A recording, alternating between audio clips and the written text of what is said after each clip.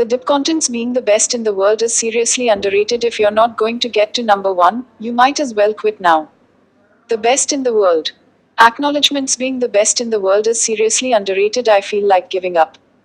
Almost every day, in fact. Not all day, of course, but there are moments. My bet is that you have those moments too. If you're the kind of high achieving, goal oriented person who finds herself reading a book like this, you're probably used to running into obstacles. Professional obstacles, personal obstacles, even obstacles related to personal fitness or winning board games. Most of the time, we deal with the obstacles by persevering.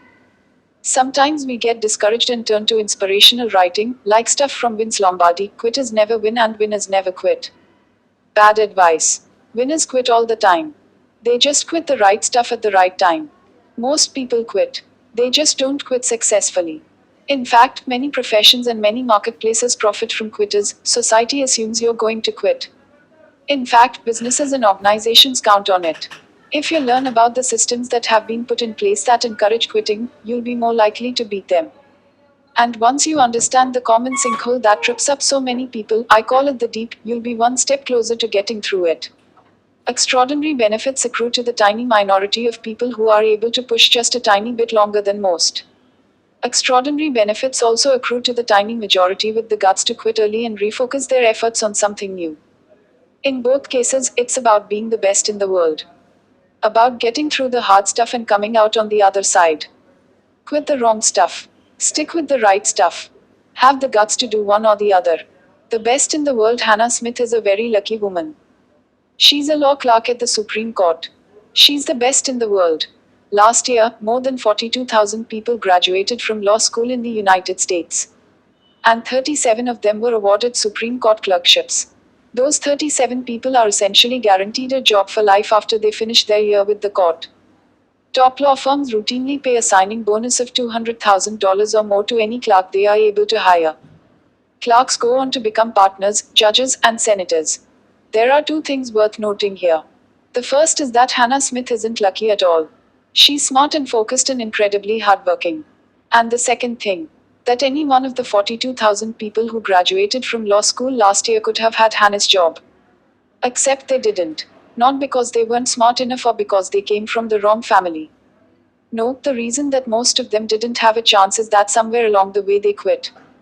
They didn't quit high school or college or law school. Instead, they quit in their quest to be the best in the world because the cost just seemed too high. This is a very short book about a very important topic: quitting. Believe it or not, quitting is often a great strategy, a smart way to manage your life and your career. Sometimes, though, quitting is exactly the wrong thing to do. It turns out that there's a pretty simple way to tell the difference. In addition to being smart and focused and incredibly hardworking, Hannah Smith is also a quitter. In order to get as far as she's gotten, she's quit countless other pursuits. You really can't try to do everything, especially if you intend to be the best in the world. Before we start on the quitting, though, you probably need to be sold on why being the best in the world matters so much. The surprising value of being the best in the world. Our culture celebrates superstars. We reward the product or the song or the organization or the employee that is number one. The rewards are heavily skewed, so much so that it's typical for number one to get 10 times the benefit of number 10 and 100 times the benefit of 100. According to the International Ice Cream Association, these are the top 10 flavors of ice cream: vanilla, chocolate, butter pecan, strawberry, Neapolitan, chocolate chip, French vanilla cookies, Nus cream, fudge, ripple, praline. You'd be forgiven if you assumed, as you assume with most lists, that the top ranked flavors did a little bit better than the others.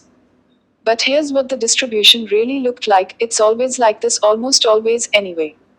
It's called Zipf's Law, and it applies to resumes and college application rates and best-selling records and everything in between. Winners win big because the marketplace loves a winner. Here's another example. These are box office rankings from a particularly bad week at the movies in August 2006. Invincible, Talladega Nights, The Ballad of Ricky Bobby, Little Miss Sunshine, Beerfest. World Trade Center accepted, Sneaks on a Plane, Step Up, Idlewild, Barnyard. It's hard to feel sorry for the horrible movie Beerfest. After all, it came in fourth. But look at the chart of actual revenue. If you've read Chris Anderson's The Long Tail, this isn't news to you. But I don't care about the long tail right now. I want to show you the short head. The short, big, profitable head. That's the juicy share of the market that belongs to the people at the top of the list. The reason number one matters: people don't have a lot of time and don't want to take a lot of risks. If you've been diagnosed with cancer of the navel, you're not going to mess around by going to a lot of doctors. You're going to head straight for the top guy, the person who's ranked the best in the world. Why screw around if you get only one chance? When you visit a new town, are you the sort of person who wants to visit a typical restaurant, or do you ask the concierge for the best place? When you're hiring someone for your team, do you ask your admin to give you the average resume, or do you ask him to screen out all but the very best qualified people? With limited time or opportunity to experiment, we intentionally narrow our choices to those at the top. You're not the only person who looks for the best choice. Everyone does. As a result, the rewards for being first are enormous. It's not a linear scale. It's not a matter of getting a little more after giving a little more. It's a curve, and a steep one. The real reason number one matters: the second reason there are such tremendous benefits to being number one is a little more subtle. Being at the top matters because there's room at the top for only a few. Scarcity makes being at the top worth something. There are hundreds of brands of bottled water, and they're all mostly the same. So we don't shop around for bottled water. There is no top for bottled water. Champagne is a different story. Dom Perignon is at or near the top, so we pay extra for it. Where does the scarcity come from? It comes from the hurdles that the markets and our society set up. It comes from the fact that most competitors quit long before they've created something that makes it to the top. That's the way it's supposed to be. The system depends on it. The best in the world. Anyone who is going to hire you, buy from you, recommend you, vote for you, or do what you want them to do is going to wonder if you're the best choice. Best isn't best for them right now, based on what they believe and what they know. And in the world isn't their world, the world they have access to. So if I'm looking for a freelance copy editor, I want the best copy editor in English who's available, who can find a way to work with me at a price I can afford. That's my best in the world. If I want a hernia doctor, I want the doctor who is best because she's recommended by my friends or colleagues and because she fits my picture of what a great doctor is. That, and she has to be in my town and have a slot open. So world is a pretty flexible term. The mass market is dying.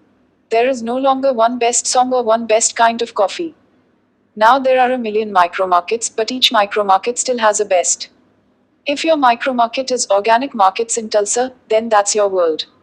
And being the best in that world is the place to be. Best is subjective. I, the consumer, get to decide, not you.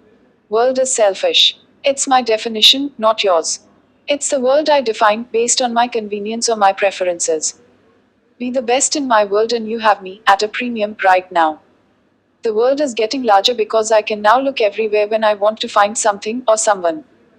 That means that the amount of variety is staggering, and it means I can define my world to be exactly what I have an interest in and find my preferences anywhere on the planet. At the same time, the world is getting smaller because the categories are getting more specialized. I can now find the best gluten-free Baileys available by overnight shipping. I can find the best risk management software for my industry, right now, online. I can find the best clothing optional resort in North America with 6 clicks of a mouse. So while it's more important than ever to be the best in the world, it's also easier if you pick the right thing and do it all the way. More places to win, and the stakes are higher, too. Andy Warhol was the best in the world. So is the Shri Prafai Thai restaurant in Queens. So is my editor. So are you, if you want to be. If you're not sold on being the best in the world, you probably don't need the rest of what I'm about to tell you. But if you're sold on being the best, but you've been frustrated in the route you're taking to get there, then you need to start doing some quitting. The infinity problem: the problem with infinity is that there's too much of it. And in just about every market, the number of choices is approaching infinity. Faced with infinity, people panic. Sometimes they don't buy anything. Sometimes they buy the cheapest one of whatever they're shopping for. Faced with an infinite number of choices, many people pick the market leader. Best-selling books still outsell backlist titles. Websites highlighted on Digg still get 100 times as much traffic as ordinary sites. Big insurance companies get clients just because they're big. The number of job seekers is approaching infinity. So is the number of professional services firms, lawyers, manicure shops, coffee bars, and brands of soap. Better to be the best. Is that the best you can do? Job applications in all capital letters. Junk mail with a misspelled name. Salespeople who are eager to open an account but never follow up. Doctors that don't bother to call to see if a new medication worked for a long-time patient. People settle. They settle for less than they are capable of. Organizations settle too. For good enough instead of best in the world. If you're not going to put in the effort to be my best possible choice, why bother? Is well, no one better showed up a valid strategy for success. Are you hoping to become a success because you're the only one being considered? The reason that big companies almost always fail when they try to enter new markets is their willingness to compromise. They figure that because they are big and powerful, they can settle, do less, stop improving something before it is truly remarkable. They compromise to avoid offending other divisions or to minimize their exposure. So they fail. They fail because they don't know when to quit and when to refuse to settle. The biggest mistake they made in school: just about everything you learned in school about life is wrong, but the wrongest thing might very well be this: being well rounded is the secret to success. When you came home from school with 2 A's, A B plus, and 3 B's, you were doing just fine. Imagine the poor kid who had an A plus and 4 C's. Boy, was he in trouble. Fast forward a few decades from those school days and think about the decisions you make today about which doctor to pick, which restaurant to visit, or which accountant to hire. How often do you look for someone who is actually quite good at the things you don't need her to do? How often do you hope that your accountant is a safe driver and a decent golfer? In a free market, we reward the exceptional. In school, we tell kids that once something gets too hard, move on and focus on the next thing. The low hanging fruit is there to be taken, no sense wasting time climbing the tree.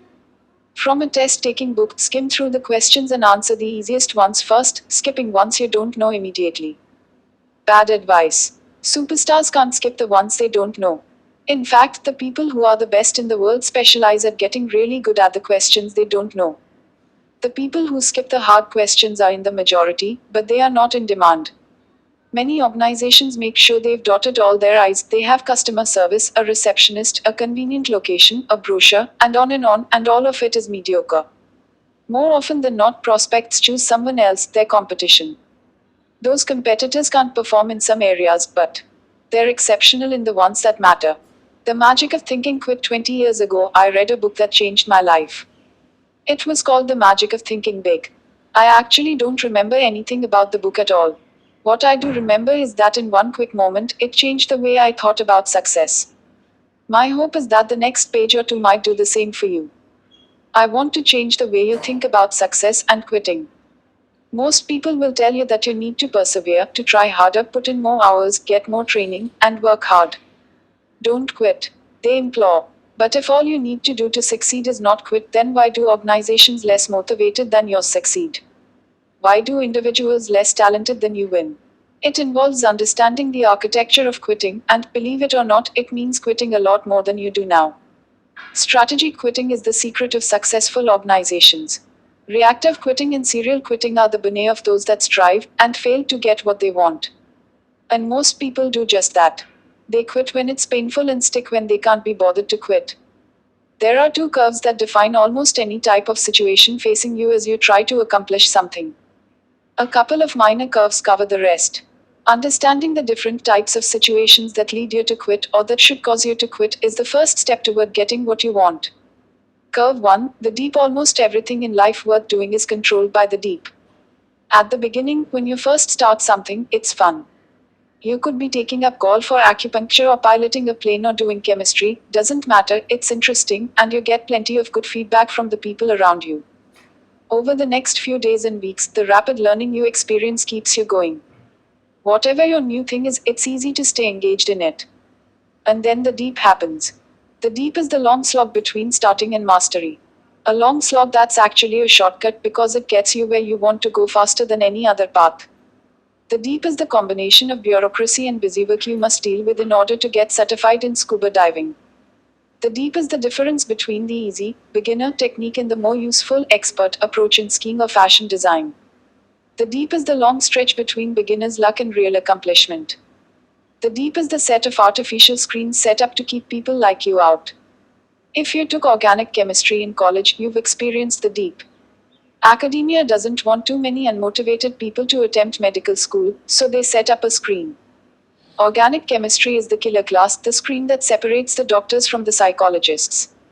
If you can't handle organic chemistry, well, then, you can't go to med school. At the beginning, when you announce that you're preempt, you get all sorts of positive feedback and support. Your grandmother can't believe her good fortune. But soon, the incredible grind of organic chemistry kicks in and you realize you're doomed. At trade shows, you see dozens of companies trying to break into an industry. They've invested time and money to build a product, to create a marketing organization and rent booth space, all in an attempt to break into a lucrative market. A year later, most of them don't return. They're gone, unable to get through the deep. The same thing happens to people who dream of the untold riches and power that accrue to the CEO of a Fortune 500 company. Private jets, fancy country clubs, unchecked decision-making power. Who wouldn't want to live like modern-day royalty? Of course, if you look at the resume of a typical CEO, you'll see that he endured a 25-year deep before landing the job.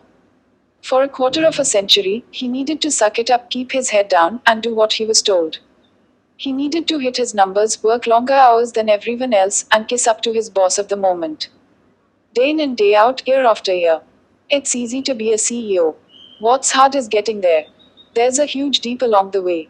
If it was easy, there'd be too many people vying for the job and the source couldn't get paid as much, could they? Scarcity, as we've seen, is the secret to value. If there wasn't a deep, there'd be no scarcity. Important note, successful people don't just ride out the deep. They don't just buckle down and survive it. No, they lean into the deep. They push harder, changing the rules as they go. Just because you know you're in the deep doesn't mean you have to live happily with it. Dips don't last quite as long when you whittle at them. Curve 2, the cul-de-sac. The cul-de-sac, French for dead end, is so simple it doesn't even need a chart. It's a situation where you work and you work and you work and nothing much changes. It doesn't get a lot better, it doesn't get a lot worse. It just is. That's why they call those jobs dead-end jobs. There's not a lot to say about the cul-de-sac except to realize that it exists and to embrace the fact that when you find one, you need to get off it fast. That's because a dead end is keeping you from doing something else. The opportunity cost of investing your life in something that's not going to get better is just too high. That's it. Two big curves, a bonus, the cliff follows. Stick with the dips that are likely to pan out and quit the cul-de-sacs to focus your resources. That's it. Curve 3, the cliff, rare but scary. Cigarettes, it turns out, were redesigned by scientists to be particularly addictive. If you were going to draw a chart of the pleasure of smoking over time, it would look like this, except for that nasty drop off at the end, otherwise known as emphysema. Smoking is a marketer's dream come true. Because smoking is designed to be almost impossible to quit, the longer you do it, the better it feels to continue smoking. The pain of quitting just gets bigger and bigger over time. I call this curve a cliff. It's a situation where you can't quit until you fall off, and the whole thing falls apart. It's no wonder that people have trouble stopping. The thing is, a profession in selling isn't like smoking cigarettes. Neither is making it as a singer or building a long-term relationship with someone you care about. Most of the time, the other two curves are in force. The deep and the cul-de-sac aren't linear. They don't spoon-feed you with little bits of improvement every day. And they're just waiting to trip you up. If it is worth doing, there's probably a deep. Tennis has a deep. The difference between a mediocre club player and a regional champion isn't inborn talent, it's the ability to push through the moments where it's just easier to quit. Politics has a deep as well. It's way more fun to win an election than to lose one, and the entire process is built around many people starting while most people quit. The deep creates scarcity, scarcity creates value. The cul-de-sac and the cliff are the curves that lead to failure. If you find yourself facing either of these two curves, you need to quit. Not soon, but right now. The biggest obstacle to success in life, as far as I can tell, is our inability to quit these curves soon enough. It's easy to complain that the advice in this little book is brain dead obvious. I mean, who doesn't already know that the secret to success is to be successful? That providing a great product or service is the right thing to do, and that you shouldn't quit in the face of adversity. You don't. That's the bad news.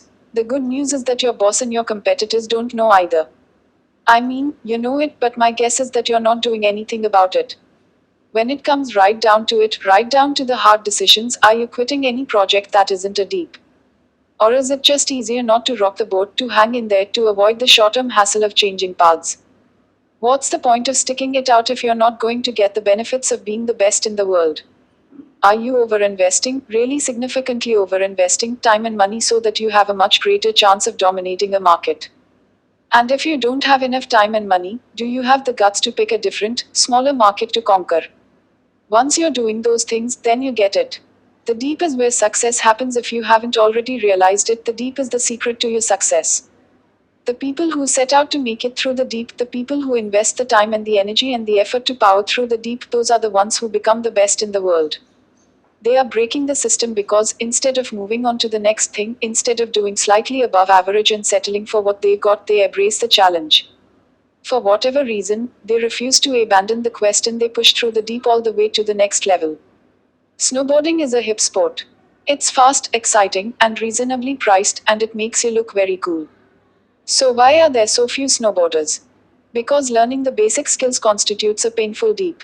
It takes a few days to get the hang of it, and during those few days, you'll get pretty banged up. It's easier to quit than it is to keep going. The brave thing to do is to tough it out and end up on the other side, getting all the benefits that come from scarcity. The mature thing is not even to bother starting to snowboard because you're probably not going to make it through the deep. And the stupid thing to do is to start, give it your best shot, waste a lot of time and money, and quit right in the middle of the deep. A few people will choose to do the brave thing and end up the best in the world. Informed people will probably choose to do the mature thing and save their resources for a project they're truly passionate about. Both are fine choices. It's the last choice, the common choice, the choice to give it a shot and then quit that you must avoid if you want to succeed. What Butch knew when Butch Cassidy and the Sundance Kid were being chased across the Badlands by Charlie Siringo and agents from Pinkertons, Butch kept heading for the hills, for tougher and tougher terrain. Why? Because he knew that in open country, he and Sundance would never have a shot at escape. Only if they got through the impassable hills ahead would there be a chance that the Pinkertons guys would quit. The harder it got, the better it was for Butch. But the Pinkertons posse persisted. It wasn't until Butch and Sundance faced certain death that they escaped. Hey, it worked in the movie. Your marketplace is competitive, filled with people overcoming challenges every day. It's the incredibly difficult challenges, the dips that give you the opportunity to pull ahead. In a competitive world, adversity is your ally. The harder it gets, the better chance you have of insulating yourself from the competition. If that adversity also causes you to quit, though, it's all for nothing. What Jack knew when Jack Welch remade GE, the most fabled decision he made was this: if we can't be number one or number two in an industry, we must get out. Why sell a billion-dollar division that's making a profit quite happily while ranking number 4 in market share? Easy. Because it distracts management attention. It sucks resources and capital and focus and energy. And most of all, it teaches people in the organization that it's okay not to be the best in the world. Jack quit the dead ends.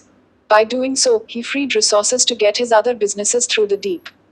The thing about the wind, I can tell you that windsurfing is very easy, except for the wind. The wind makes it tricky, of course. It's not particularly difficult to find and rent great equipment, and the techniques are fairly straightforward. What messes the whole plan up is the fact that the wind is unpredictable. It'll change exactly when you don't want it to.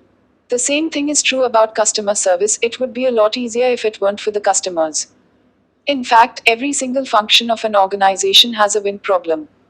Accounting would be easy if every incoming report were accurate and on time. Sales would be easy if it weren't for the prospects not buying from you all the time.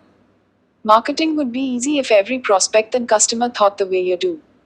Here's the good news: the fact that it's difficult and unpredictable works to your advantage. Because if it were any other way, there'd be no profit in it. The reason people bother to go windsurfing is that the challenge makes it interesting. The driving force that gets people to pay a specialist is that their disease is unpredictable or hard to diagnose. The reason we're here is to solve the hard problems. The next time you're tempted to vilify a particularly obnoxious customer or agency or search engine, realize that this failed interaction is the best thing that's happened to you all day long. Without it, you'd be easily replaceable. The deep is your very best friend. The reason we're here, if I could offer just one piece of inspiration, it's this: the deep is the reason you're here. Whether you're lifting weights or negotiating a sale or applying for a job or lunging for a tennis ball, you've made a huge investment. You've invested time and money and effort to get to this moment. You've acquired the equipment and the education and the reputation, all so you can confront this deep, right now. The deep is the reason you're here. It's not enough to survive your way through this deep. You get what you deserve when you embrace the deep and treat it like the opportunity that it really is. The lie of diversification: what woodpeckers know when faced with the deep, many individuals and organizations diversify. If you can't get to the next level, the thinking goes, invest your energy in learning to do something else. This leads to record labels with thousands of artists instead of focused promotion for just a few. It leads to job seekers who can demonstrate competency at a dozen tasks instead of mastery of just one. Hardworking, motivated people find diversification a natural outlet for their energy and drive. Diversification feels like the right thing to do. Enter a new market, apply for a job in a new area, start a new sport. Who knows? This might just be the one. And yet the real success goes to those who obsess. The focus that leads you through the deep to the other side is rewarded by a marketplace in search of the best in the world. A woodpecker can tap 20 times on 1,000 trees and get nowhere, but stay busy. Or he can tap 20,000 times on one tree and get dinner. Before you enter a new market, consider what would happen if you managed to get through the deep and win in the market you're already in. Most people are afraid to quit. It's easier to be mediocre than it is to confront reality and quit. Quitting is difficult. Quitting requires you to acknowledge that you're never going to be number one in the world. At least not at this. So it's easier just to put it off, not admit it, settle for mediocre. What a waste. You should be angry now, I know that I am. I'm angry at all the worthwhile organizations that stick with the cul-de-sac instead of leaving it and investing their resources where they belong. I'm angry at all the people who have wasted time and money trying to get through a deep that they should have realized was too big and too deep to get through with the resources they had available. Mostly I'm angry that it took me this long to be able to describe how simple the solution is. How Arnold beat the deep. The essential thing to know about the deep is that it's there. Knowing that you're facing a deep is the first step in getting through it. Every time Men's Health puts a picture of a guy with washboard abs on their cover, newsstand sales go up. Why? Well, if everyone had washboard abs, it's unlikely that men would buy a magazine that teaches them how to get that physique. The very scarcity of this attribute makes it attractive. Weight training is a fascinating science. Basically, you do a minute or two of work for no reason other than to tire out your muscle so that the last few seconds of work will cause that muscle to grow. Like most people, all day long, every day, you use your muscles. But they don't grow. You don't look like Mr. Universe because you quit using your muscles before you reach the moment where the stress causes them to start growing. It's the natural thing to do because an exhausted muscle feels unsafe and it hurts. People who train successfully pay their dues for the first minute or two and then get all the benefits at the very end. Unsuccessful trainers pay exactly the same dues but stop a few seconds too early. It's human nature to quit when it hurts. But it's that reflex that creates scarcity. The challenge is simple: quitting when you hit the deep is a bad idea. If the journey you started was worth doing, then quitting when you hit the deep just wastes the time you've already invested. Quit in the deep often enough and you'll find yourself becoming a serial quitter, starting many things but accomplishing little. Simple: if you can't make it through the deep, don't start. If you can embrace that simple rule, you'll be a lot choosier about which journeys you start. Superstar thinking. Superstars get what they want because they have unique skills. Superstars command far more than their fair share of income, respect, and opportunity because there are very few other choices for a customer or an employer seeking the extraordinary. A superstar real estate agent gets 5 or 10 times the number of listings as an ordinary one. A superstar lawyer has all the work she can handle, regardless of her specialty. A superstar musician commands 1,000 times the income per performance as an average musician. A superstar is the best in the world at what she does.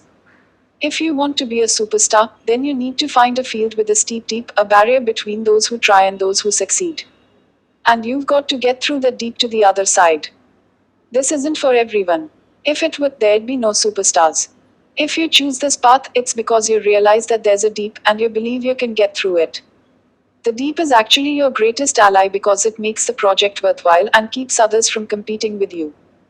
But wait, that's not enough. Not only do you need to find a deep that you can conquer, but you also need to quit all the cul-de-sacs that you're currently idling your way through.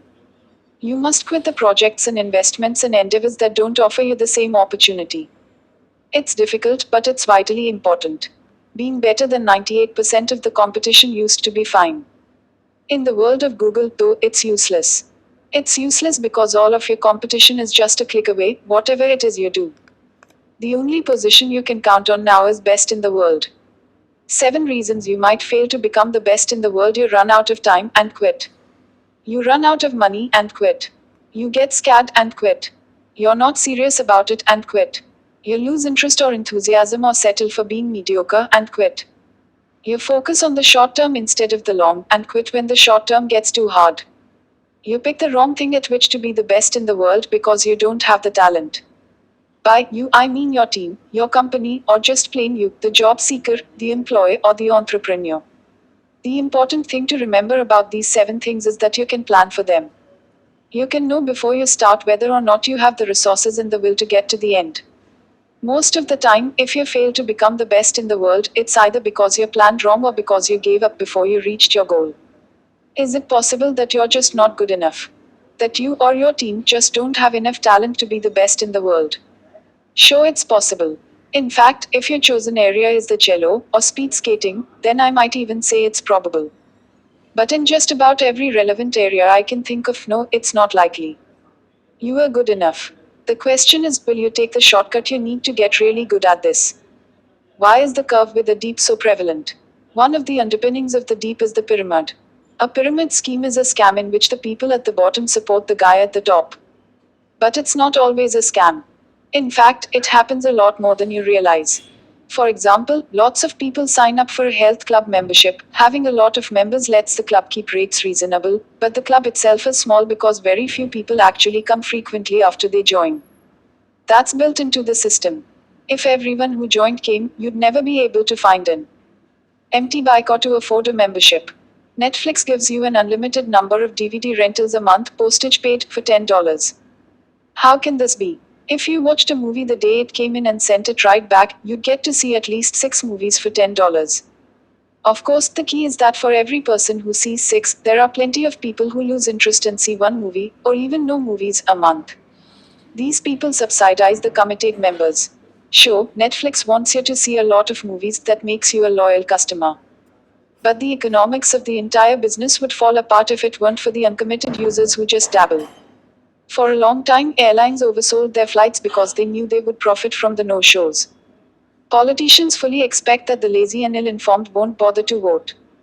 These citizens pay taxes, which support the political life of the few who don't quit the system. And, of course, the entire college football money machine is based on a pyramid scheme of players who aspire to the NFL but will never make it.